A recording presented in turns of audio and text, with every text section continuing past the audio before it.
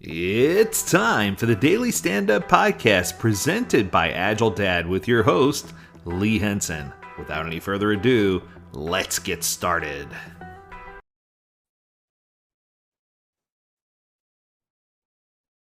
Well, welcome everyone to today's podcast episode. My name is Jacob Anderson.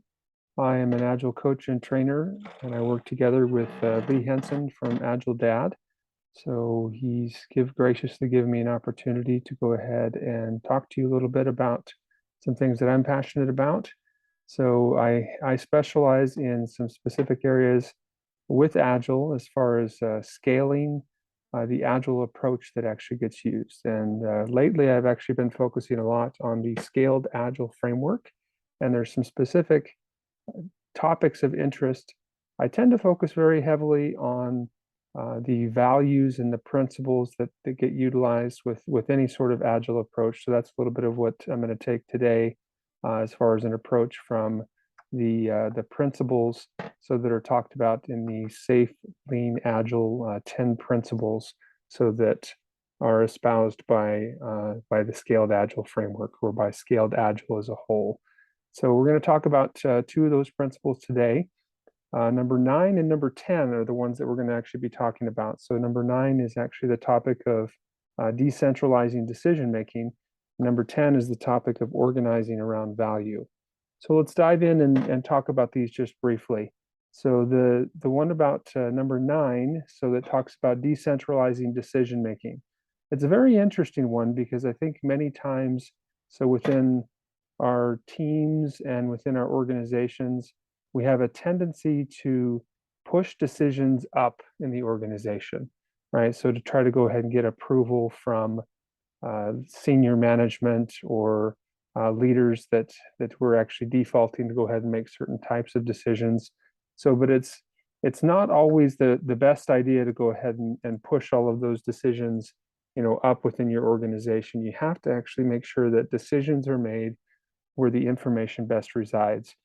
There's a video that is oftentimes viewed in most of the Scaled Agile framework training classes. So it's a video that's referred to by David Marquette as greatness.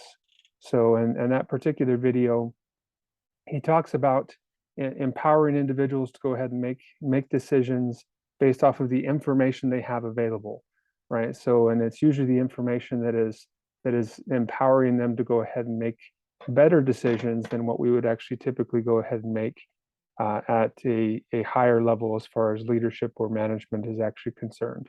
So we really want to go ahead and make sure we're encouraging some of those decisions that should be made at the team level to actually be made on a regular basis.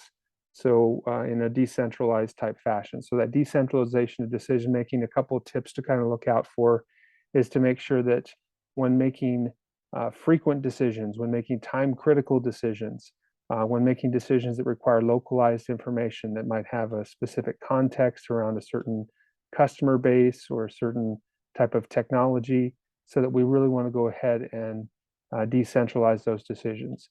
Really, the only time we centralize decisions is when they're more infrequent decisions.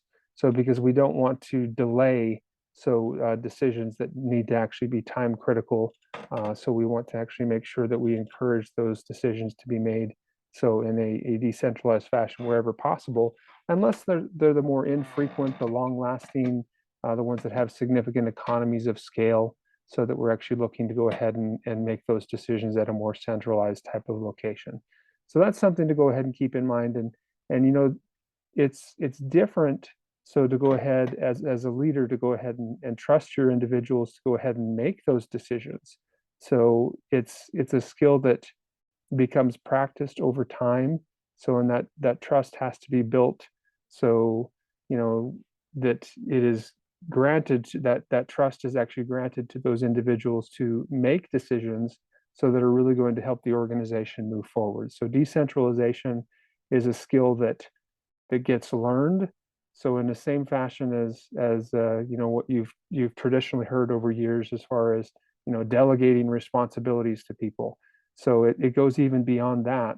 So it goes into building the trust that you actually should have in the teams and the individuals that have the information, so that are what are referred to as knowledge workers that can really go ahead and move forward and make the best decisions for the organization and for the team and the product or products that you're actually working on, so to really be able to go ahead and move forward and be successful.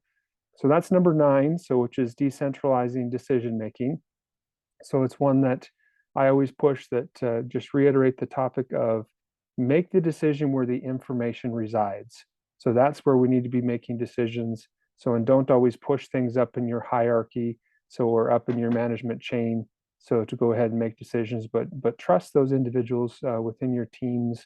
So, and at every level within the organization to make decisions that are going to empower them and really actually get you a better type of solution out of how you're actually doing things. So number 10, the next principle I wanted to actually briefly discuss is the principle about organizing around value. So one of the key things that oftentimes comes up when talking about organizing around value, so is how we're actually organizing the way that we actually do our work, right? So how we actually go about doing things, how we organize the individuals around the potential solutions that we're trying to go ahead and deliver. So and the key thing to go ahead and remember here is we have to make sure that we're not organizing ourselves in such a way that we've kind of set ourselves up in silos of information, right? So because those silos of information don't help us to go ahead and communicate or cross collaborate. So with those different silos that exist, we have to kind of break down those silos and really be able to have a cross-functional way of going through and communicating and delivering our solutions to our potential customers or clients that we're actually trying to go ahead and deliver things for. So one of the key things to go ahead and remember here in organizing around value, so is oftentimes we need to go look and see, where are those traditional handoffs that we might otherwise go ahead and have. So, and if we're looking at where those traditional handoffs might be, we might want to go ahead and see, how do we go ahead and do away with that? What do we do to bring that within a single team? So to be able to go ahead and really organize that end-to-end value delivery so that we're actually looking for.